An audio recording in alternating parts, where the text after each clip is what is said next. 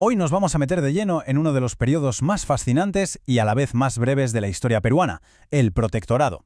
Un momento clave, liderado por nada menos que José de San Martín, donde una visión súper audaz para una nueva nación se dio de bruces contra una realidad, una realidad muy dura. Y todo arranca con una pregunta que, la verdad, suena a contradicción total. A ver, ¿por qué el libertador de un país, después de pelear por la independencia, iba a proponer traer a un rey de Europa para que lo gobierne? Pues esa es la clave para entender este capítulo tan complejo de la historia. Para que nos situemos bien, pensemos en el momento. Justo después de proclamar la independencia en julio de 1821, San Martín se nombra a sí mismo protector del Perú. Y ojo, que esto es importante, no era un presidente, era el líder de un gobierno de transición. Su única misión era poner los cimientos para un Estado que fuera estable y que durara en el tiempo.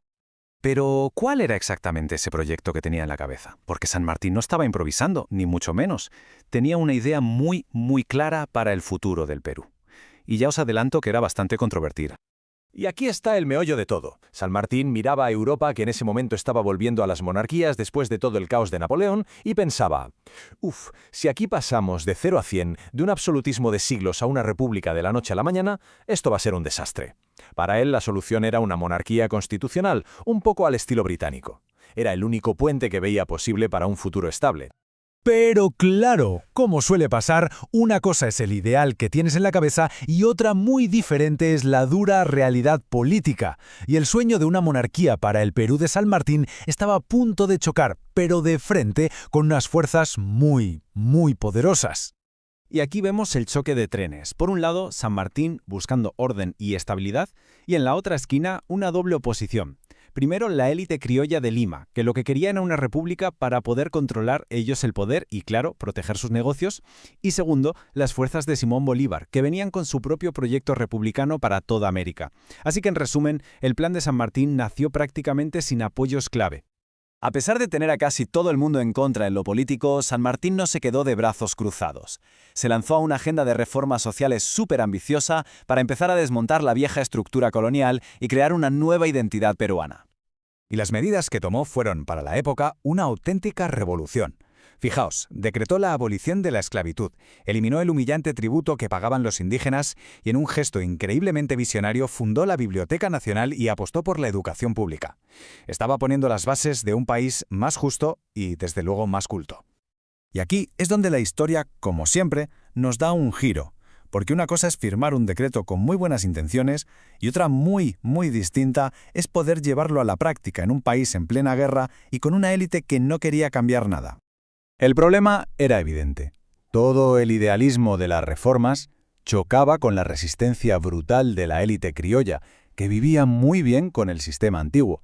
Así que el impacto real de estas leyes, al principio, fue muy pequeño. Y encima, para llevar a cabo reformas tan grandes, hace falta dinero.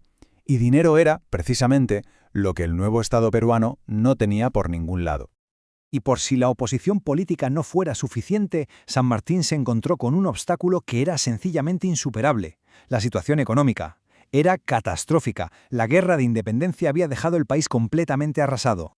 Es que la economía peruana estaba hecha pedazos. La guerra había parado en seco la minería y el comercio, que eran los motores del país. El dinero de los españoles había volado. Y para colmo, no había un sistema para recaudar impuestos que funcionara. El nuevo Estado nació literalmente en bancarrota. Fue una trampa económica sin salida, un círculo vicioso total. Para poder pagar al ejército y asegurar que la independencia no se viniera abajo, el gobierno tuvo que pedir préstamos fuera, sobre todo a comerciantes británicos. Pero estos préstamos, en lugar de ser la solución, lo único que hicieron fue aumentar una deuda pública que se convirtió en una losa para el país durante décadas. Con este panorama tan negro, el final del protectorado estaba, como se suele decir, cantado. Así que vamos a ver qué quedó realmente de este gobierno tan intenso y tan corto. El punto de inflexión, el momento que lo cambió todo, fue la famosa entrevista de Guayaquil con Bolívar. Ahí quedó clarísimo que sus dos proyectos para América eran incompatibles. Al ver que la influencia de Bolívar crecía y que él no tenía apoyos dentro del Perú, San Martín tomó una decisión drástica y definitiva. Se retiró, se fue del Perú. Entonces, ¿cuál es el balance final de todo esto?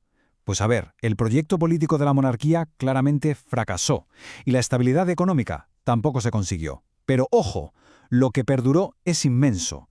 los principios que sentó, como la abolición de la esclavitud, o instituciones que creó, como la Biblioteca Nacional. San Martín no construyó el Estado que él había soñado, pero sí que dejó los cimientos morales sobre los que más tarde se levantaría el Perú. Y esto nos deja con una reflexión final. La historia de San Martín en el Perú nos obliga a preguntarnos qué significa realmente tener éxito. ¿Fue un fracaso porque no consiguió su monarquía? ¿O fue un éxito por las semillas que plantó que acabaron floreciendo mucho después de que él se fuera? Una pregunta que, la verdad, sigue abierta.